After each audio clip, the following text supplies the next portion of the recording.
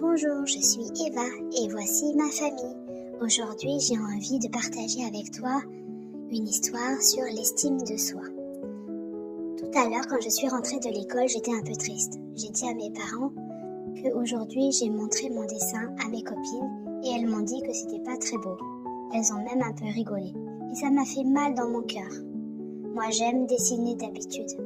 Mais là, maintenant, j'ai un peu peur que mes dessins soient nuls. Peut-être même que je suis pas douée. Alors mes parents m'ont répondu. Tu sais, ma chérie, on est désolé que tes copines t'aient dit ça. Tu sais, parfois les gens, ils disent des choses sans trop réfléchir et ça peut faire de la peine. Mais tu sais ce qui est vraiment important? Tu sais ce qui compte vraiment? C'est ce que toi tu penses. Effectivement, les gens peuvent penser ce qu'ils veulent, mais l'important c'est que tu sois fier de toi. Et nous, on est très fiers de toi parce que l'on voit tous tes dessins et l'évolution. Donc, n'aie pas peur. Et puis, j'ai demandé à mes parents, mais c'est quoi l'estime de soi? Alors, ils m'ont répondu, l'estime de soi, c'est quand tu te sens bien dans ton cœur parce que tu sais que tu es quelqu'un de précieux. C'est quand tu crois en toi, même si tu fais des erreurs ou si quelqu'un te dit des choses pas très gentilles. C'est comme une petite lumière intérieure qui brille et qui te rappelle que tu es une personne importante, que tu es capable et que tu mérites d'être aimé. Autre chose que l'on peut se dire, il faut imaginer que tu as une petite étoile dans ton cœur. Quand tu te parles gentiment, quand tu fais des choses ou quelque chose dont tu es fier, c'est comme quand quelqu'un te fait un câlin. Ton étoile, elle brille très fort.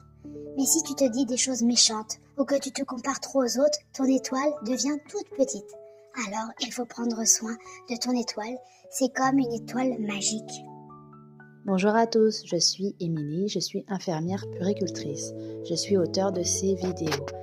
J'ai choisi cette thématique parce que je crois que c'est vraiment quelque chose de très important dans la construction et le développement de nos enfants.